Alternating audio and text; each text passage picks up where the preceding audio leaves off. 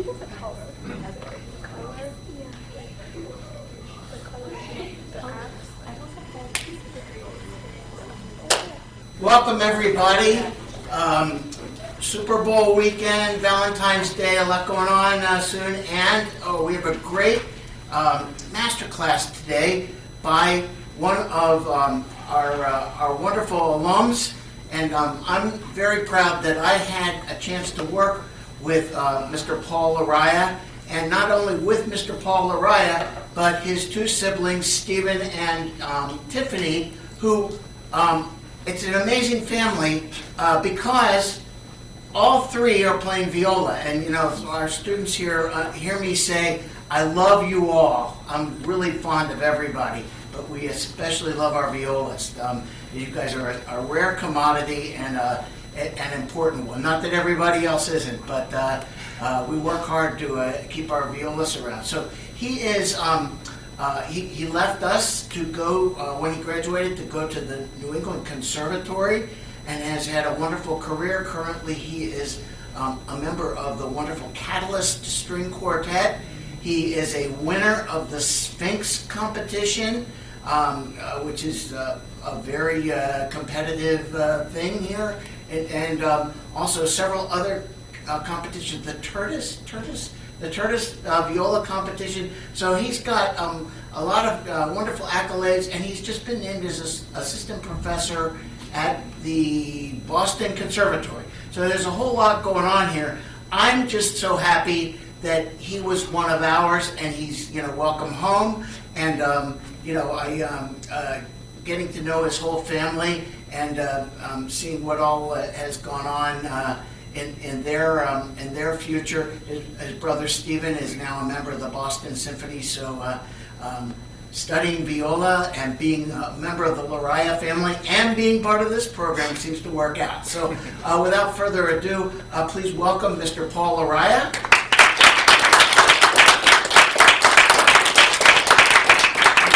And he'll be working on today's master class with two of our students.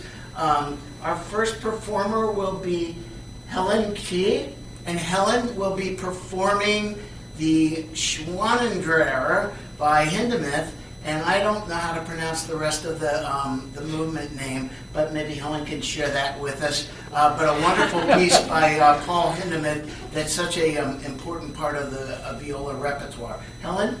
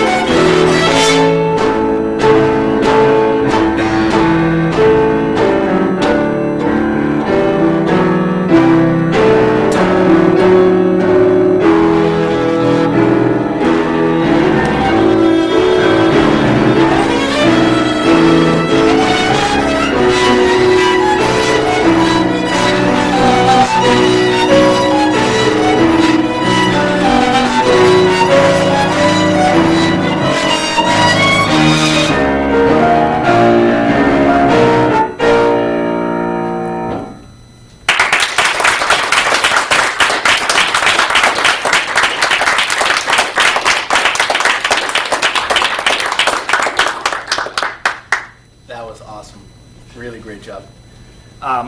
This is definitely a hard one. How many people here know the music of Paul Hindemith? Cool. So Hindemith kind of has like a kind of a funny reputation, especially like when you're young or you're first knowing about it, that it's really sort of like crunchy music that nobody wants to listen to. But actually, this piece, do you know anything about this piece? No, not really. Okay, so it has a really kind of funny name too, right? There's Schwarzenegger, so it's actually the Swan Turner. And this concerto actually, Hindemith gathers all of these medieval folk tunes and incorporates them into his sort of post-tonal language. So the reason I'm saying this is because actually there's a lot of elements of this piece that are really, really melodic and soaring, and actually a lot of the crunchiness actually just comes from his specific language, but I would argue that a lot of these double stops and stuff in the beginning, the more lyrically you can play them, the more like two lines at once you can think, the more we're actually bringing out the music, we're bringing out the folk song element, very sung style. So I kind of wanted to begin with a holistic approach for the very first things I noticed, because I hear that you're relatively new to the viola. Yes. And so I did a lot of my training came with Kim Kaskashian at New England Conservatory, and she studied with the amazing Karen Tuttle, who is a Philadelphia legend, and she's very, very much about this like holistic approach to balance, that you get your power and your speed and all of your like excellence. That the viola is an unwieldy instrument compared to the violin. It's hard. It's like hard to maneuver. So the more that we can actually utilize like balance in the body and the strength of having your joints stacked and feeling the floor, the actually faster we're going to be able to play, with the more ease we're going to be able to play, the slower we're going to be able to play, more sound. So I would like you to try. I'm going to grab the instrument here. First thing I want you to do is I want you to think that there's like an imaginary, and all of this stuff also applies to violin, by the way. It's just that it's just so quick to notice how hard it is to play the viola. So the more efficient you can be, the better. So I want you to imagine that there's like this like rope thing that's like holding your neck like up in place. So it's like it's free to move, right? So it's not like this stuck thing, like it's drawing you back like this, and you stack all your joints, but you have flexibility. You can bend your knees a little bit, like this. And then I want you, with feeling this flexibility, I want you to then bring the viola to you, and not that you're going to the viola. Try that. Bend the knees. Weirdly enough, the knee bend thing is kind of important, because otherwise, if you're in a locked position, anytime that you can't have some flow and have motion, that's actually a form of tension. Even if you think, oh, I'm loose, I'm not doing anything. Static is a form of tension. Okay, a little bit more uneven. Okay, nice. And then I want you to think of drawing the sound as these giant circles, these giant exhales. So I want you to do a giant circle. Relax. And sink and make sure everything's loose. Oh, and don't curve in when you do this. And you don't necessarily have to like extra think back, but think of shoulders melting, think of loose belly, and that you're like a spring, that like you have like this like power and this sort of, so you have strength in structure, but nothing is muscular or stiff.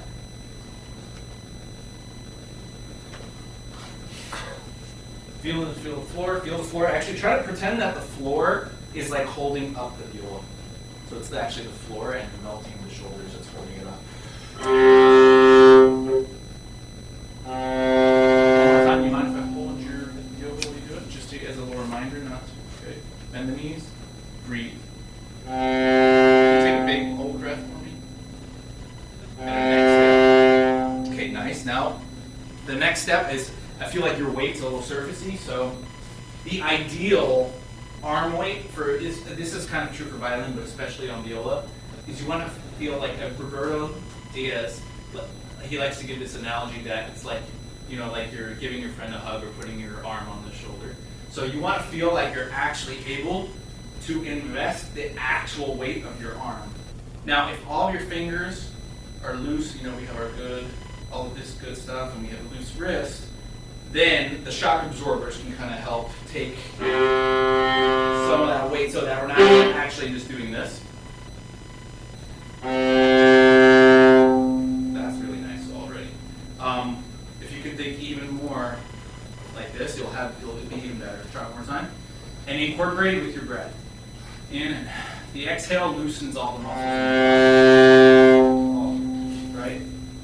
Okay, so this I think is the core basis of what you can instantly be working on with open strings every day. And also like it just feels good. It's a nice meditation. It'll help you play in a more healthy way, so that you can play for longer. And it's a much easier way of accessing a lot of sound, right? Because this also applies for soft playing too. If you just change your contact point. A lot of times people think, oh, to play soft, I have to lift out the weight, I have to add some tension. But actually, if you change your contact point, you guys hear that difference? Contact point, having a really fine control over that, but really allowing natural weight to happen with holistic sense of balance.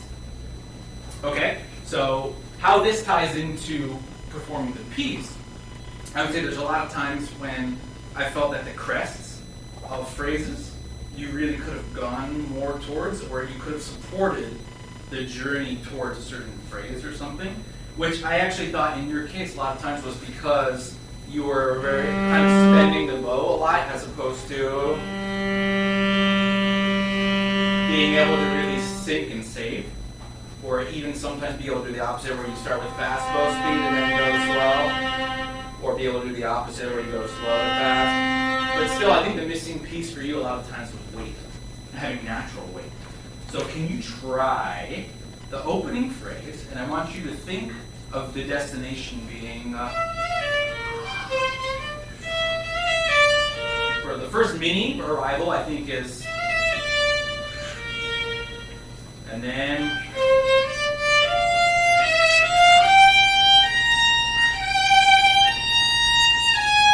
so can you try really embrace the floor, embrace the idea of like everything melting with breath and like lots of natural weight. Suspending a long arrival.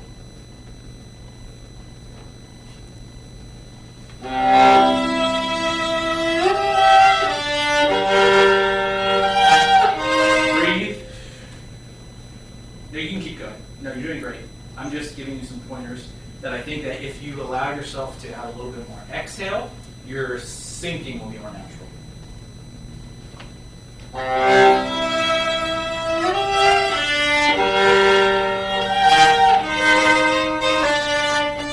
Can you try one more thing for me? I could be wrong, but I think I'm seeing a little bit of tension in this hand, which is no matter how loose you are in your arm weight, there's a blockage if you have this tight.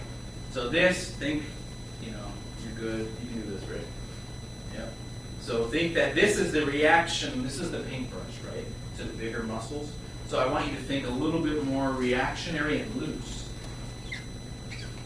Nice. Yeah, you hear that? It's amazing, because now you're not stopping that natural resonance.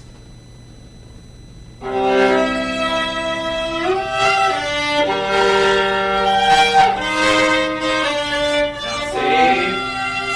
sing.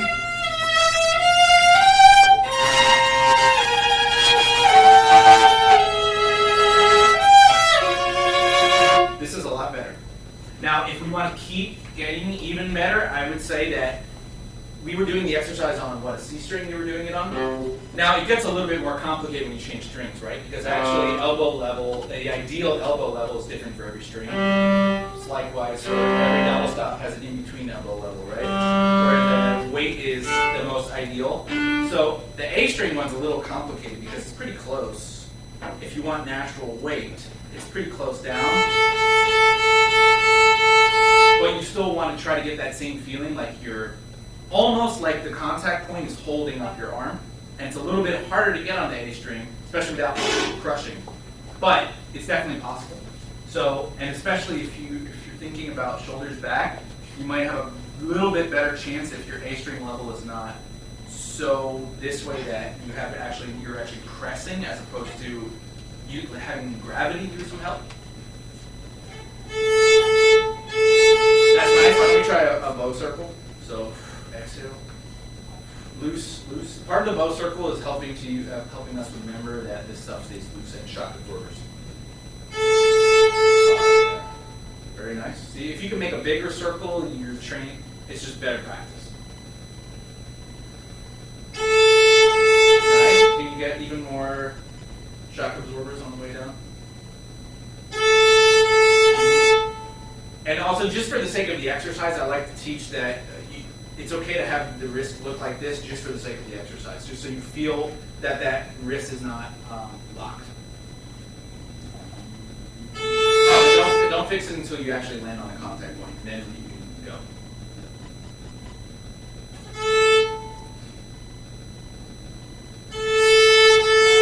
Can you start all the way at the frog? Sorry, I'm being picky, but it's all helpful information. Nice. Okay, and the really hard extra credit one is the up bow one, because we also want to have an inverse circle. Do the up bow one. Nice. And you see how it incorporates with breath? The out breath, if anybody has ever done any yoga or martial arts or anything, the out breath is like a very sort of muscle relaxing breath, right? So the out breath melts the muscles and actually creates the power in this thing. That's really nice. Now try the A and the D strings together. Double stops are nice because you can tell if your weight is forced, it'll crunch. But if it's really natural, it will be an open sound. Pretty good. I think that you can find a more ideal arm level in between these, and one of the ways I like to find that is, can you do this? How fast can you do it? So keep playing around with your arm level until you feel like that's going to be really natural and easy. Okay, pretty good. So now try keeping that level when you begin your sing with the double stops, and that's what you're aiming for. Yeah, that's good. And actually, the sound is so pure now that you can tell the strings are rising. But yeah, but that's way better. So I want you to think now, practice this opening chord as only double stops.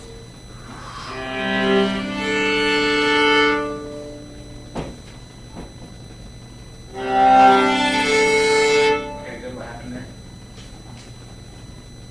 We're being self-critical, but like in constructive criticism. So self-critique. What did you hear that time? I went more with this. Mm-hmm. So it was like. Sounded a slightly moment of kind of crunchy crack, like stuff, right? So you might have to sort of get to the next level sooner, right? That's nice. You're still not doing yourself any favors by auto turning like this.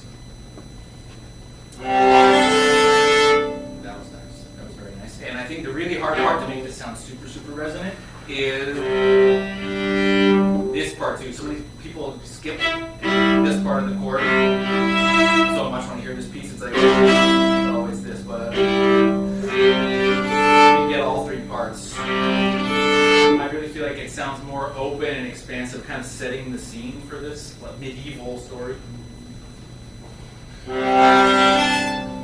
That was the middle strings were good, so it was just that you have to remember to go all the way now.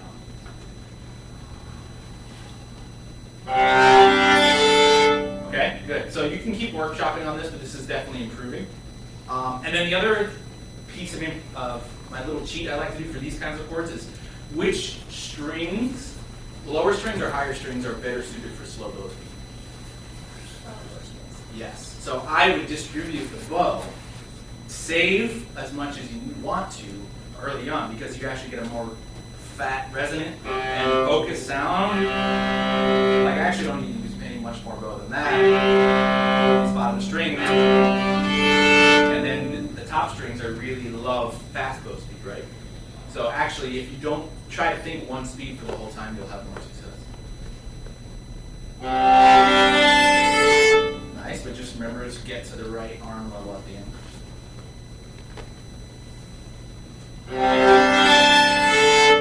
Nice. Why don't you once try just figure out how much release you need in order to let that D string not crunch. Just do the, yeah. Okay, maybe even release a little bit micro more than you think. There you go, right? So this kind of weird thing that is especially on viola is sometimes in order to play legato on the viola, you have to do these little microscopic adjustments where it's almost like you're stopping the bow, but you're not really because the sound's continuing. And like sometimes, there's a big difference between doing portato or giving yourself the room you need to activate. Because see, that is an example of not activating the string, and that is an example of activating the string. Oh, yeah. Okay, what's that the rest of the night?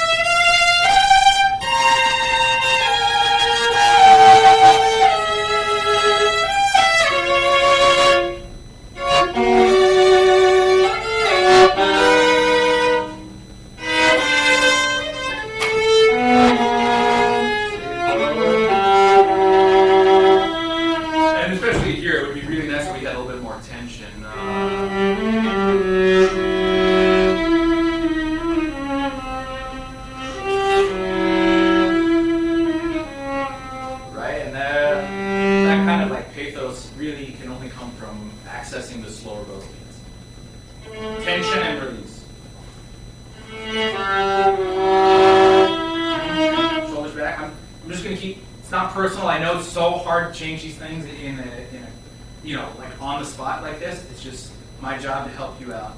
So think back. I think you'll have more success accessing this because you really have to have enough resistance in order to get slow bow speeds to work without just being crushed.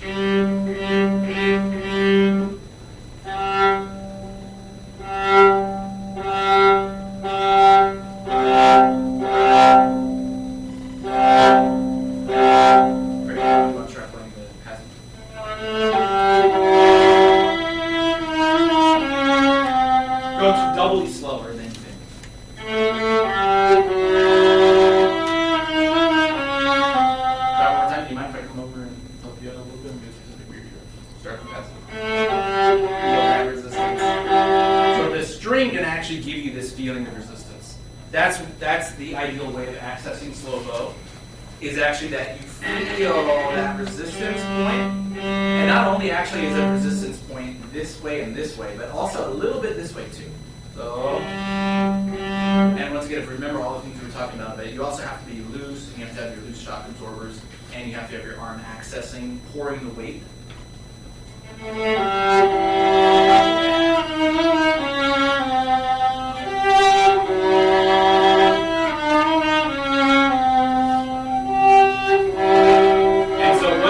help it not crunch is being close enough to the bridge. I don't know how much more time we have, but A few minutes. okay, then this might be my last thing, because I think it's a really interesting thing that everybody can benefit thinking about. It'd be a nice concept.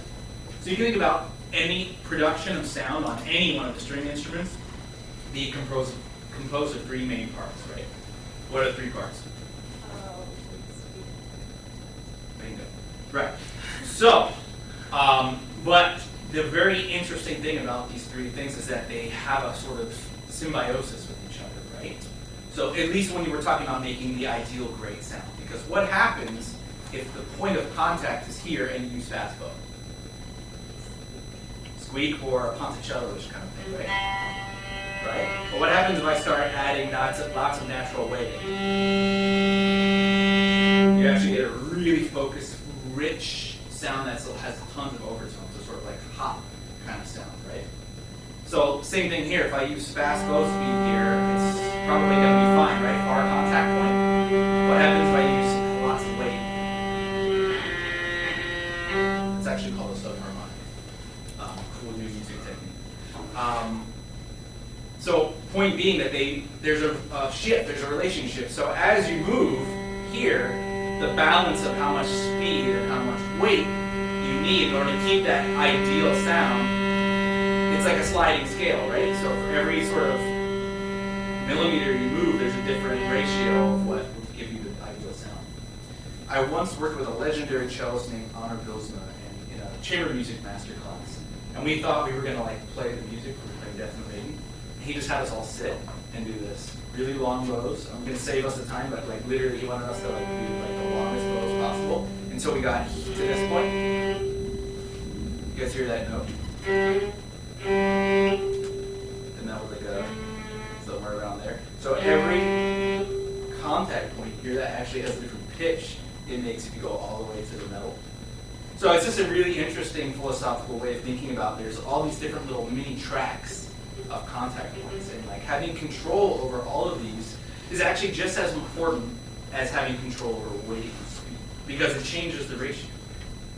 It also changes your ability to make phrases, right? Because it, like, what I'm basically advocating for you is that you need to include more difference from slow to fast in order to blossom phrases.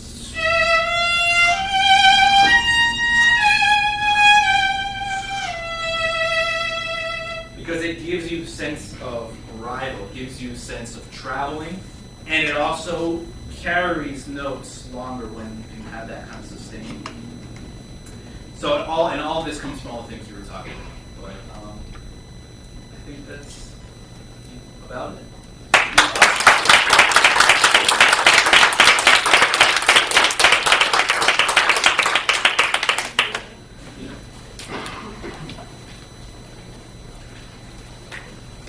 Our next performer for Mr. Laraia is Holly Bogle. Holly is a student of Peter Keynote, and she'll be playing the first movement of the Walton Viola Concerto. And both of our performers are accompanied by Joo-hee Kim. And I neglected to tell you that Helen is a student of Charles Parker. And I think I covered everything, but I always have to forget one thing per session here, so that was mine today. Holly?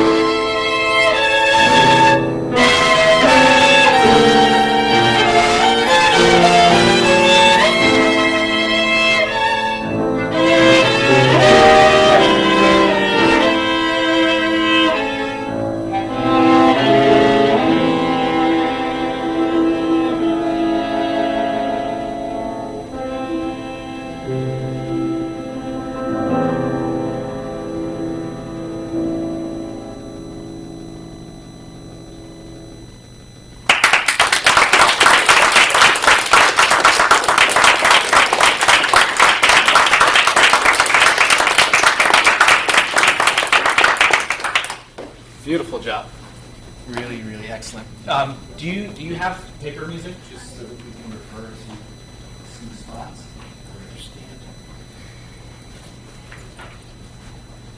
I really loved a lot of what you were doing, and I think that your playing was especially beautiful, and I loved how artful your usage of the bow was.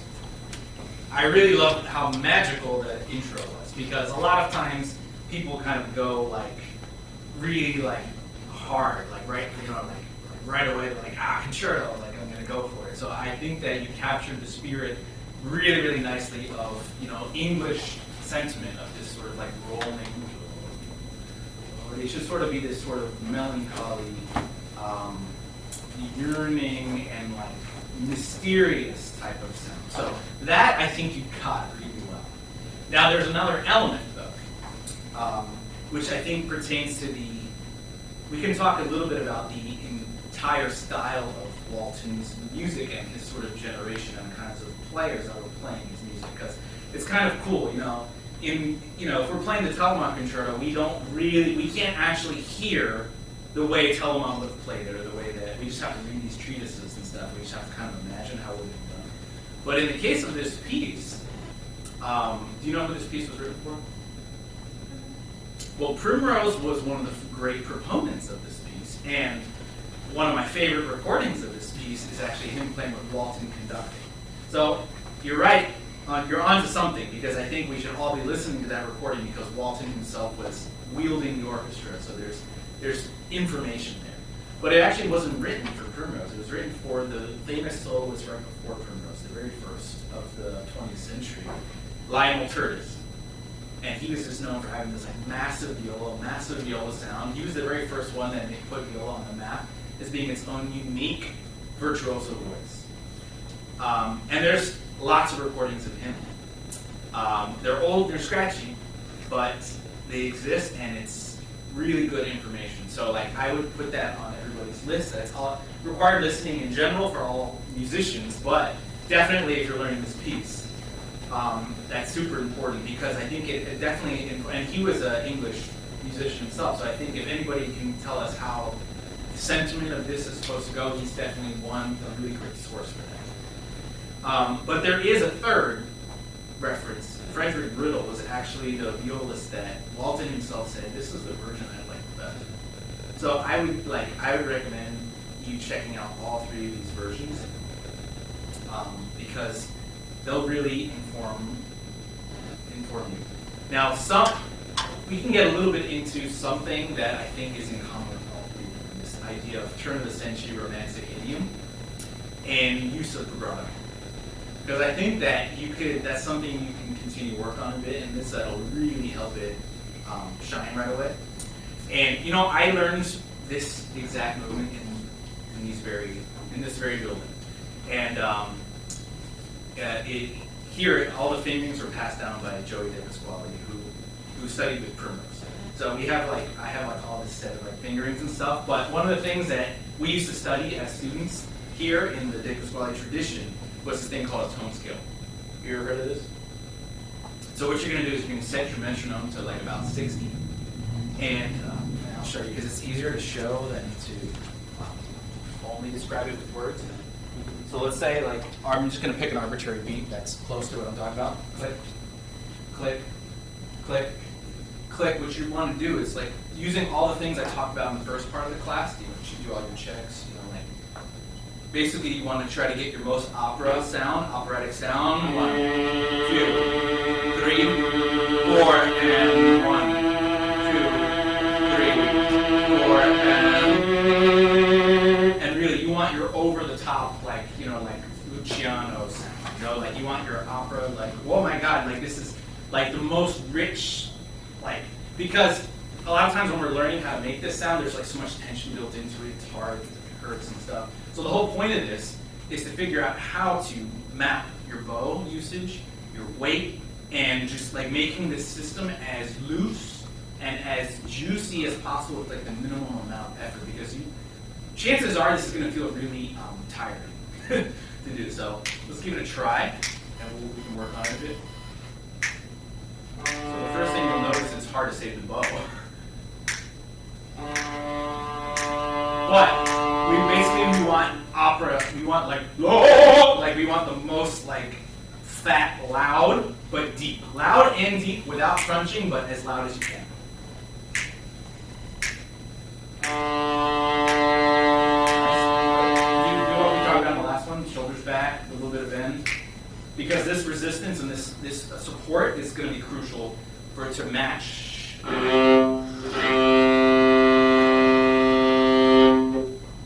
To make it a little bit easier, I'll give you a faster beat for now, but eventually when you're practicing this on your own, you want to go for the slow beat. 4-and. So the 4-and part's really important because this is the part where we work on our bow change to not have too much of a this kind of thing or that. Sometimes you can think of a figure 8 notes. 4-and. Okay, now that you're on a pretty decent track on the bow, we're separating one step at a time. The real reason why we're after this is to incorporate. Not only with that, now we want to juice it up, right? So we have this really lovely focus sound. We want to really juice it up, and I'll give you a little hint. One of the keys to having a really juicy vibrato is this is my nickname for them. I call it dongles. So dongles is when this top joint can be free and flexy like this. This joint is free and flexy. And that's also in addition to remembering that the pitch actually has to go down. Because a vibrato that just has that much pitch difference is going to sound like this. The key to the juice is making sure that your oscillation is so focused and symmetrical and beautiful that you don't notice that the pitch is that different. You can do different levels eventually of depth. You can go faster, go looser. But the goal for this is trying to get the most, basically, pitch, huge pitch, and like juice and speed, basically. Just everything. You want everything, all the chocolate.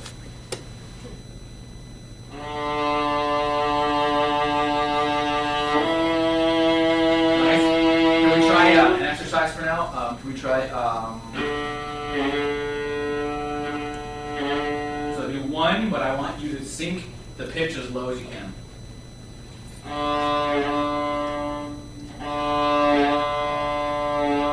That's good. And remember that it's down, up, and then you come back to pitch.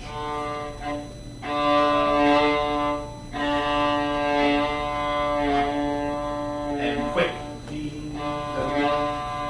Because sometimes if you only practice this, it may not necessarily translate back into a proper vibrato because the reaction has to be like a reaction. It's like a yo-yo or knocking on the door. It's like the impetus that starts it also has to return it to pitch. Why don't we try this second finger on the G string? Just one of those. That's good. Now do 2. But remember, but really stay on pitch. So, because also your vibrato will sound wonky if it's not pitchful. If it doesn't have a beautiful center of pitch. So this is to help practice center of pitch. You're pretty good, but if you can get it deeper, it'll be juicier. Yes.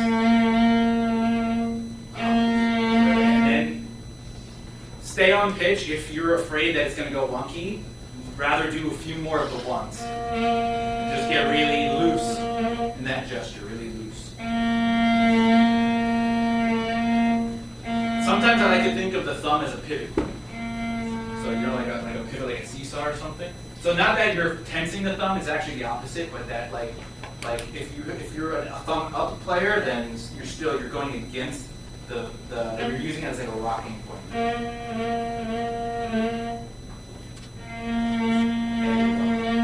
But remember to come back to pitch D the right way. Okay. Now try 3. But try to go lower still. Loosen everything and rock to the pivot point.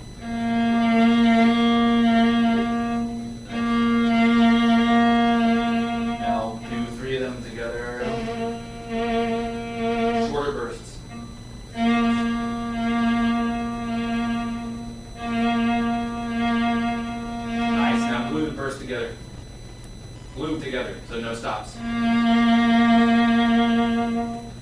nice. Now, there's a lot more depth you can still continue to explore, which I think is going to come with loosening up your hand and finding your natural pivot point. Sometimes it helps to think to be on some flats. Some people think of flats of fingers to get this juicy sound, but also I sometimes think of side. So if you change the contact point of where your finger makes contact, if you put it a little bit less on there, but a little bit more on the side, this sometimes keeps what I call the dongles, it keeps them more active. And then get the knuckles to sync well. So these knuckles have to actually go physically down. Yeah, so this is going to be, if you keep working in this direction, you're going to get that like richer version of the oscillation, the deeper one. And you especially need it for C string stuff because, you know, the lower the string, the bigger oscillation you have to make in order to make the same kind of sound. That's why, like, you know, if you're ever playing up here, it doesn't take very much to sound like a big vibrato. It doesn't take that much because the string length is shorter. But once down here, you really need something like this. You can like see how loose that sounds compared to this is a lot tighter when it's on a low string. So especially in a piece like this, you're going to want to work on the juice because you really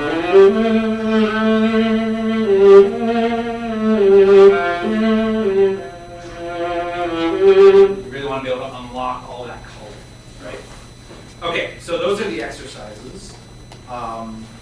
There's no substitute for just hours and, you know, like and listening, craving that sound, hours in the practice room, craving that sound. But do it in the tone scale. Practice, you know, and really be strict with yourself. Even if you sound like a little bit clowny at first, like this. Can you try that? Try sounding like a clown. Oh, see? Your version of sounding like a clown actually sounds pretty dang good. So, but does it feel a little bit tense to keep that juice on, to keep the foot on the gas? Yeah, so that's what the tone scale is going to help you, you know, loosen up your body and like figure out a more ergonomic way to keep that sound going. But you're going to want to have access to that range of amplitude when you're crafting the next part. Since now I know you can get a really juicy sound, you just have to think like a clown sound. The next thing I want to talk about is long line, especially because I think this is something really special that I learned from my Philadelphia education. You know, it goes back to top of toe at Tertis, the oboe teacher. They used to teach everybody this idea that every single note has to lead somehow to the next note, right? And it can come away, but like there's a continuity to every single note that creates these like enormously long lines. You think of like the old days of Ormandy and conducting Rachmaninoff and stuff. These like humongous phrases. That's what I want to apply to this opening here. Because this opening has 3 sections, right? And I thought your opening color was amazing. I'm going to just do the fast version to like show. And then we're on the second part of the break. But then we don't give up. We go.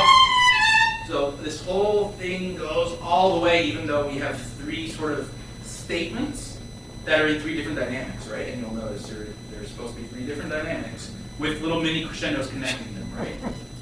So, but even just if we're thinking musically and not like sort of just what's written on the page, we're thinking like what would create a really vocal, dynamic experience that travels.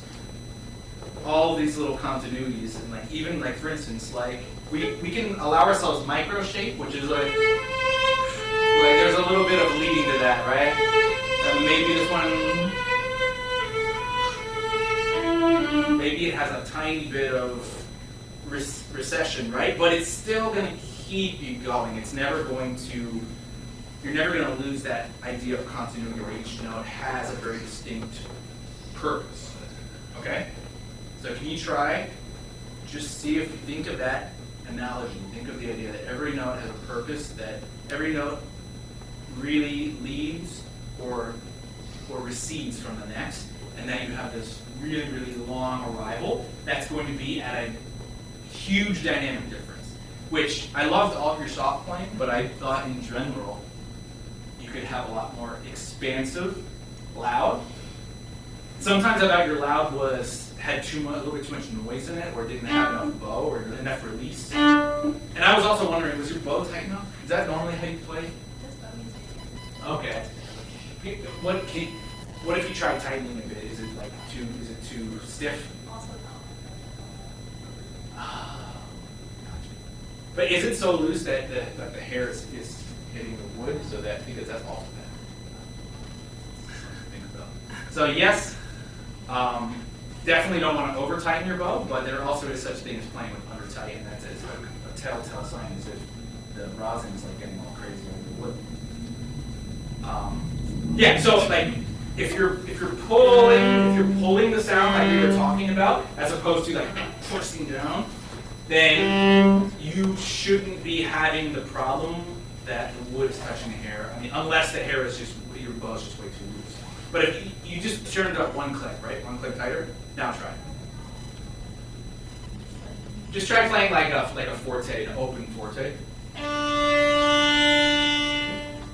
Yeah, I think this is a big difference. Can you quickly play the part that's... Okay, yeah, I definitely think the bow was a little too loose before, so let's try it again now. What I was talking about before, the long line from the beginning. You can start right where you come in, really.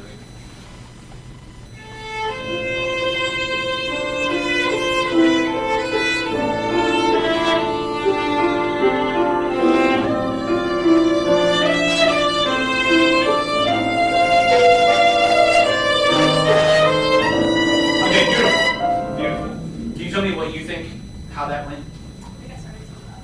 Okay, started too loud. Anything else you noticed? Okay. Okay, I'll add a couple things to the list, sorry, because I know that's already a lot to think about. The very first thing is that long notes never think about a long note as being just one long note. Oh, I played it, I'm done. Long notes are a million subdivisions, right? 2, 3, 4, especially this one.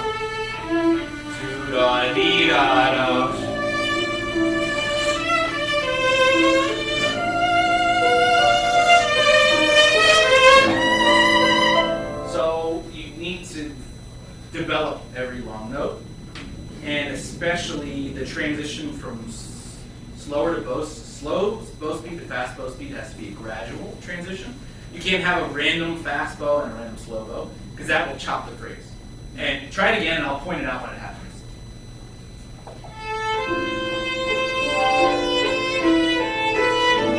That was a little bit better, but you could have been I wish you could have been a little bit more flexible on those bow changes. That didn't sound like tee-tom, tee-ta.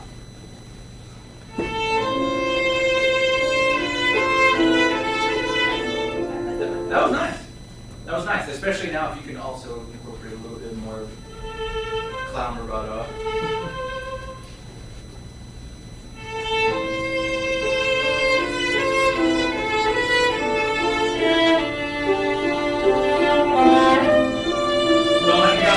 That one was pretty good. It was a lot better than what you did before, but I feel like you spent a little bit too much so that you couldn't develop. This is getting really good. Clown rubato.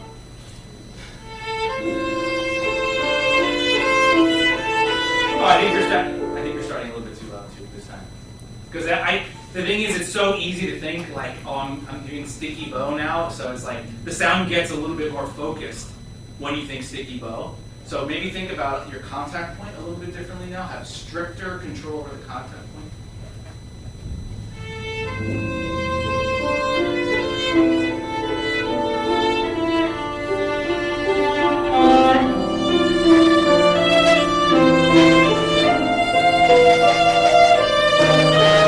Okay, really nice, really nice. So I think you maxed out is the second one mezzo forte? The second part of the phrase? So mezzo piano, okay, but I think it's fair to say that this would be somewhere in mezzo forte, right? Because the end goal of this is marked forte. So it's fair to say if you're going from mezzo piano, there's only one other one, right? It's fair to say this one would be mezzo forte. You gotta wrap it. Oh, okay, thanks. So we're gonna do it one last time. This is gonna be amazing. Vibrato. mezzo forte. Hold yourself off a little bit because the fact that it's in a higher register will do some of the work, and then really go for it on the forte.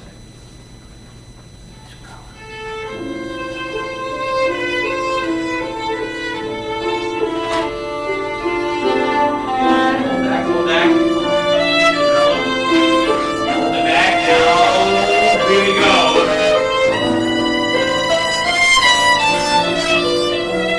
Keep going, keep going. We're not done yet. Beautiful. Bravo. So yeah, think of the rest of the really long phrases in mind.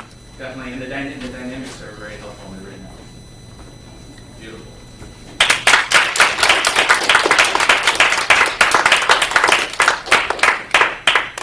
I'm so sorry we're up against the clock, but that's what happens on a Saturday, and wonderful information. I hope each of you can take something of these ideas and concepts to anti-Rome playing to take with you. And please join me again in thanking Paul Laraia.